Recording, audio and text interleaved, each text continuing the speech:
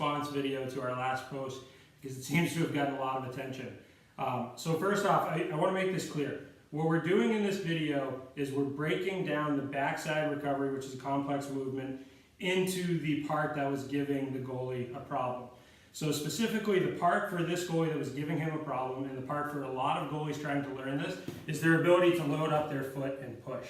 So I want to be very, very clear. No one here is debating the fact that we need to get our eyes, shoulders, and hands going towards the puck, right? That's a given. We need to do that to stop. What we're looking at here is how you load your push foot. So for this goalie in particular, his issue was not getting his push foot high enough so he couldn't get his weight on it. What we see for a lot of other goalies that their issue is they'll get their shoulders too far over their leg they need to go with, and you don't have any weight into your push foot to drive. So what you'll see when that's happening is you'll see the goalie slide out. So you'll see him push and they won't be able to dig into the ice. What we're trying to correct here is something similar to that. So what we were asking this goalie to do, and as I said in the note, we're starting with an exaggerated movement so he gets used to it. As he continues this movement, he gets better and better. That movement will become so small that you won't even notice it. So what we're looking for here, and I agree, as this goalie went on, as we start adding more components to that movement, one of the things we want to make sure he's doing is always looking at the puck and getting there.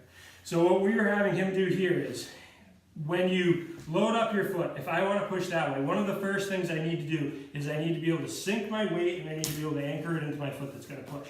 So in order to do that, what we were having the goalie do here is just clear his stick a little bit so he can make sure he got his weight here. His eyes still need to go to the puck, his shoulders are on his puck, his hips are on the puck, and he's going to push. So if we load up here, we can get a nice powerful push when we go, but we have to load up that feet to push.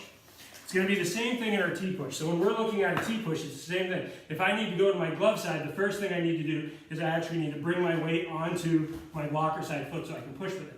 If I get all my weight out here on my glove side foot and I try to push, I won't be able to dig in. I won't get a powerful push. So biomechanically, the movement that we were talking about is no different than any other plyometrics. When I want to go from side to side, when I have to jump, the first thing I need to do is I need to be able to get all of my weight on my leg that's going to push. We do still need to do things like point our shoulders, and we always need to look where we need to go. But first off, I got to get my weight here to generate a powerful push. If I don't get my weight over my push foot and I just get my weight out here, I won't have enough to dig in to generate a powerful push. And specifically in this video, that's what we're looking at, is how our goalie can do a better job and how a lot of goalies have issues with loading up their weight. So one of the tricks we use there is simply to move your hands. As your hands move, your shoulder will come, your hips will come.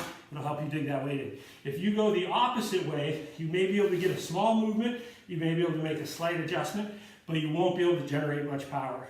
So there are two different use cases for this. So the first use case is that nice control save where we make the save. It's a short rebound. I can keep my head and my shoulders on it, and I'm just doing a small little adjustment.